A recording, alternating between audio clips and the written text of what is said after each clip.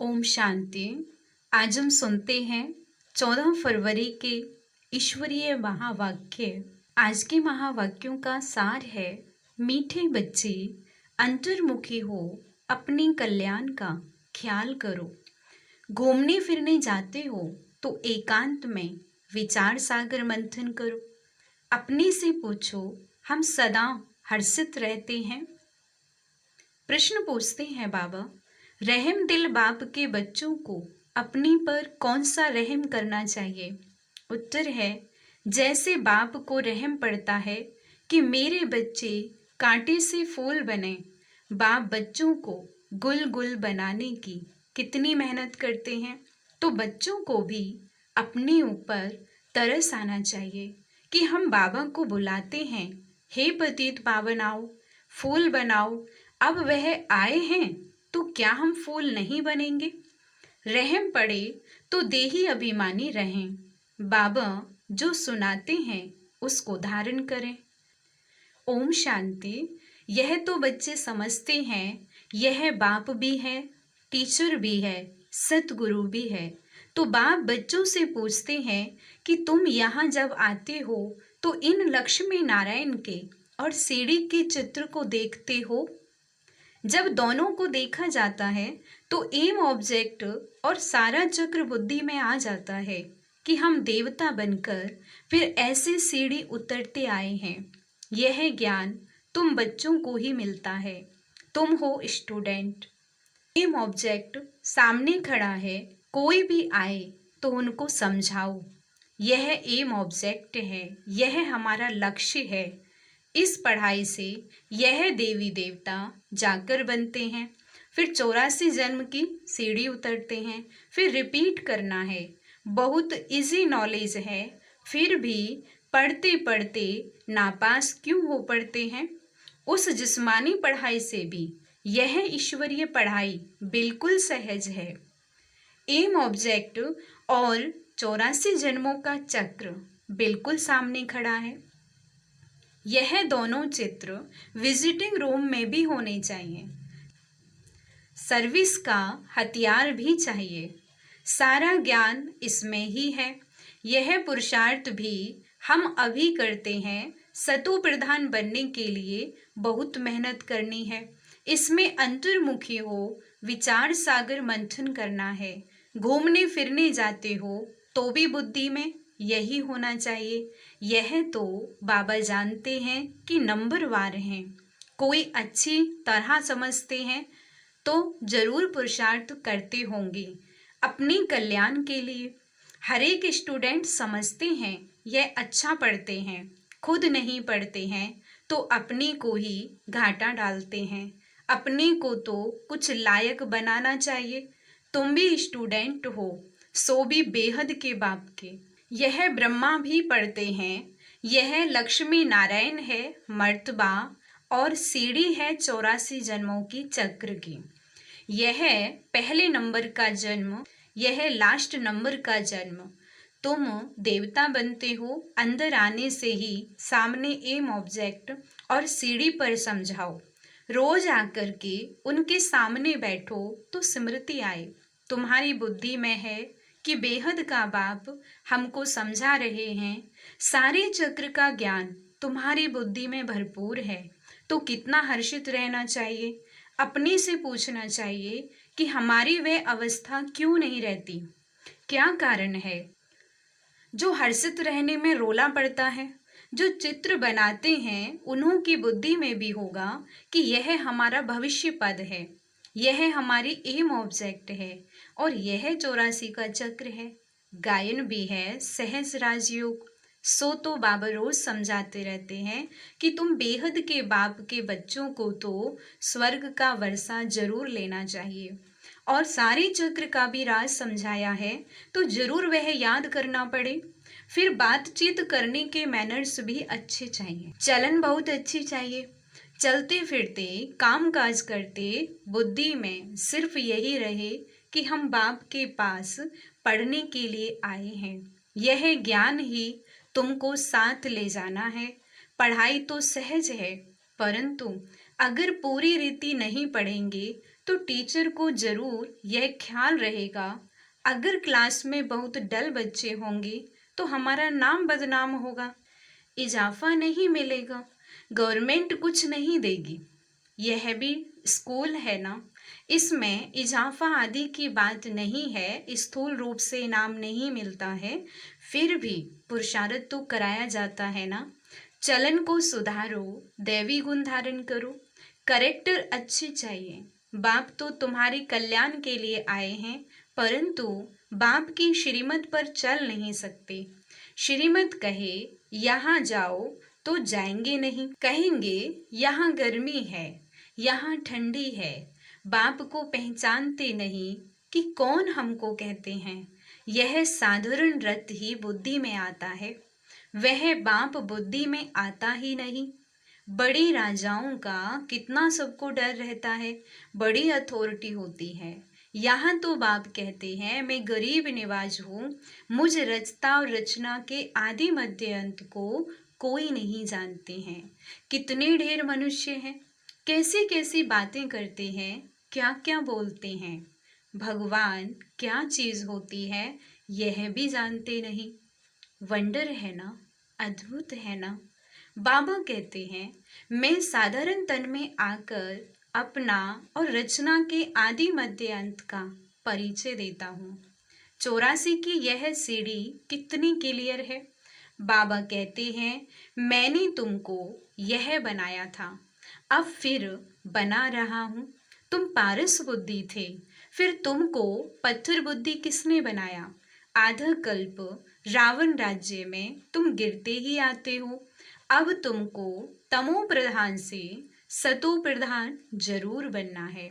विवेक भी कहता है बाप है ही सत्य, वह जरूर सत्य ही बताएंगे। यह ब्रह्मा भी पढ़ते हैं, तुम भी पढ़ते हो। यह कहते हैं मैं भी स्टूडेंट हूँ, पढ़ाई पर अटेंशन देता हूँ।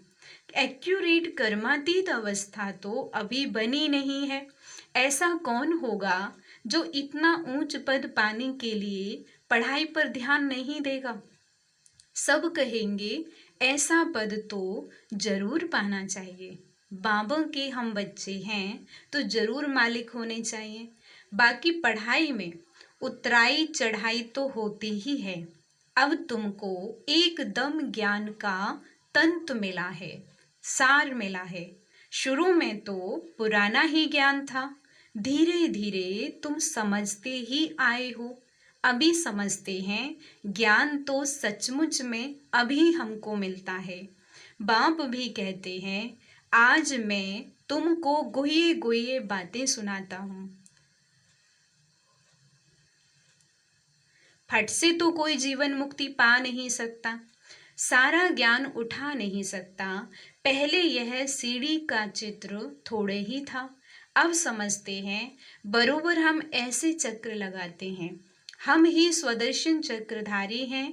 बाबा ने हम आत्माओं को सारे चक्र का राज समझा दिया है। बाप कहते हैं तुम्हारा धर्म बहुत सुख देने वाला है। बाप ही आकर तुमको स्वर्ग का मालिक बनाते हैं। औरों के सुख का टाइम तो अभी आया है, जबकि मौत सामने खड़ा है। यह एरोप्लेन बिजलियां आदि पहले नहीं थी। उन्हों के लिए तो अभी जैसे स्वर्ग है।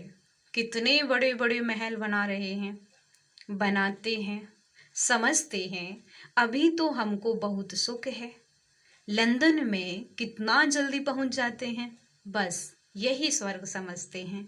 अब उन्हों को जब कोई समझाए कि स्वर्ग तो सतयुग को कहा जाता है, कलयुग को थोड़े ही स्वर्ग कहेंगे।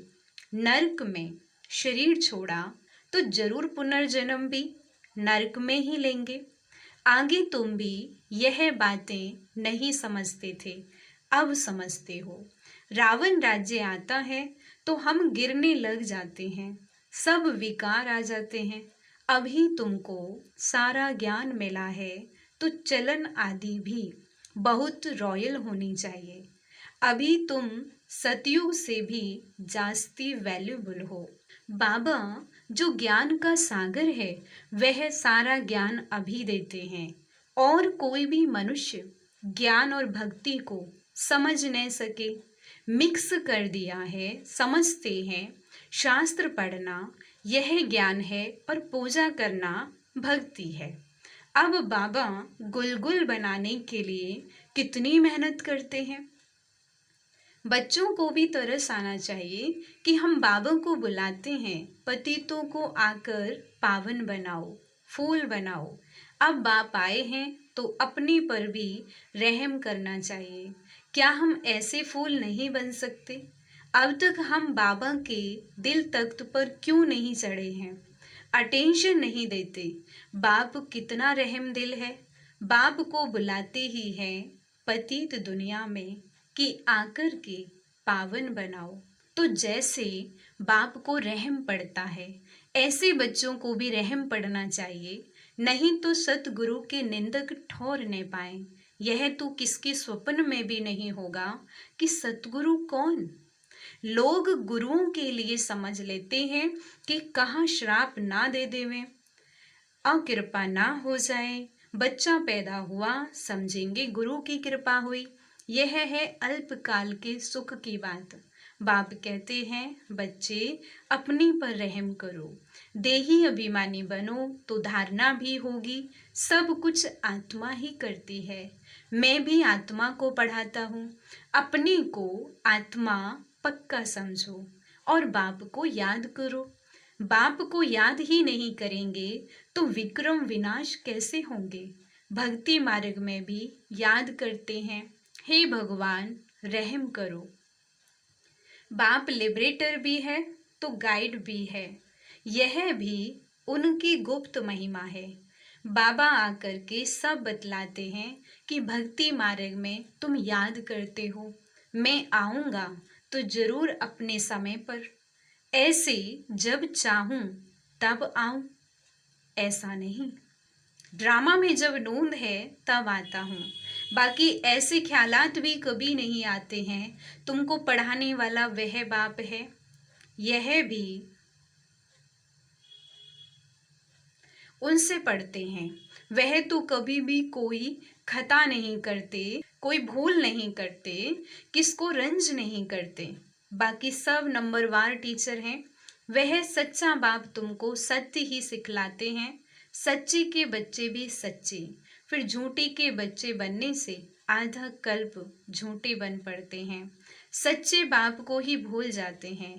पहले पहले तो समझाओ कि यह सतयुगी नई दुनिया है या पुरानी दुनिया है, तो मनुष्य समझें। यह प्रश्न बहुत अच्छा पूछते हैं।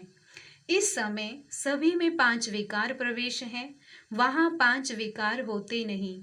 यह है तो बहुत सहज बात समझने की, परंतु जो खुद ही नहीं समझते वे प्रदर्शनी में क्या समझाएंगे। सर्विस के बदले डिसर्विस करके आएंगे। बाहर में जाकर सर्विस करना मासी का घर नहीं है, बड़ी समझ चाहिए। बाबा हरेक के चलन से समझ जाते हैं। बाप तो बाप है, फिर तो बाप भी कहेंगे यह ड्रामा में था। कोई भी आता है तो ब्रह्मा कुमारी का समझाना ठीक है। नाम भी ब्रह्मा कुमारी ईश्वरीय विश्वविद्यालय है, नाम वाला भी ब्रह्मा कुमारियों का होना है। इस समय सब 5 विकारों में हिरे हुए हैं। उन्हों को जाकर समझाना कितना मुश्किल होता है। कुछ भी समझते नहीं हैं, सिर्फ इतना कहेंगे ज्ञान तो अच्छा है, खुद समझते नहीं हैं।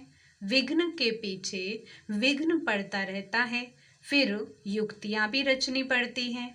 पुलिस का पहरा रखो, चित्र इंश्योर करा दो, यह यज्ञ है, इसमें विघ्न जरूर पड़ेंगे। सारी पुरानी दुनिया इनमें स्वाहा होनी है, नहीं तो यज्ञ नाम क्यों पड़े। यज्ञ में स्वाहा होना है, इसका रुद्र ज्ञान यज्ञ नाम पड़ा है। ज्ञान को पढ़ाई भी कहा जाता है। यह पाठशाला भी है तो यज्ञ भी है। तुम पाठशाला में पढ़कर देवता बनते हो, फिर यह सब कुछ इस यज्ञ में स्वाहा हो जाता है। समझा वही सकेंगे जो रोज प्रैक्टिस करते रहेंगे। अगर प्रैक्टिस नहीं होगी तो वह क्या बात कर सकेंगे। दुनिया के मनुष्यों के लिए स्वर्ग अभी है, अल्पकाल के लिए। तुम्हारे लिए स्वर्ग आधा कल्प के लिए होगा। यह भी ड्रामा बना हुआ है। विचार किया जाता है तो बड़ा वंडर लगता है। अब रावण राज्य खत्म हो, राम राज्य स्थापन होता है। इसमें लड़ाई आदि की कोई बात नहीं। यह सीढ़ी देख लोग बड़ा वंडर खाते हैं।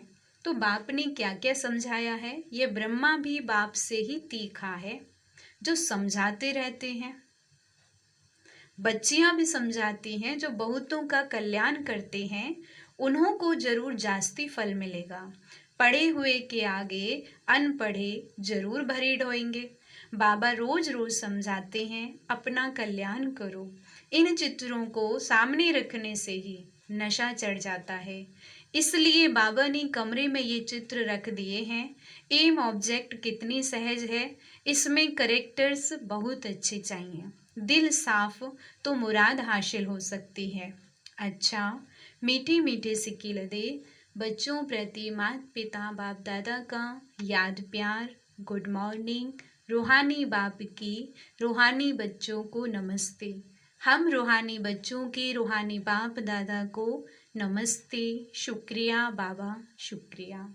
धारणा के लिए मुख्य सार है, फर्स्ट पॉइंट है, सदा स्मृति में रखना है कि हम बेहद बाप के स्टूडेंट हैं। भगवान हमें पढ़ाते हैं, इसलिए अच्छी तरह पढ़कर बाप का नाम बाला करना है। अपनी चलन बड़ी रॉयल रखनी है।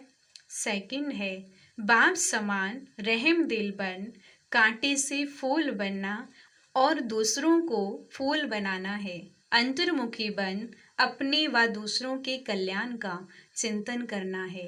वरदान है आज का, हलचल में दिल शिकस्त होने के बजाय बड़ी दिल रखने वाले हिम्मतवान भव। कभी भी कोई शारीरिक बीमारी हो, मन का तूफान हो, धन में व प्रवृत्ति में हलचल हो, सेवा में हलचल हो, उस हलचल में दिल शिकस्त नहीं बनो, बड़ी दिल वाले बनो।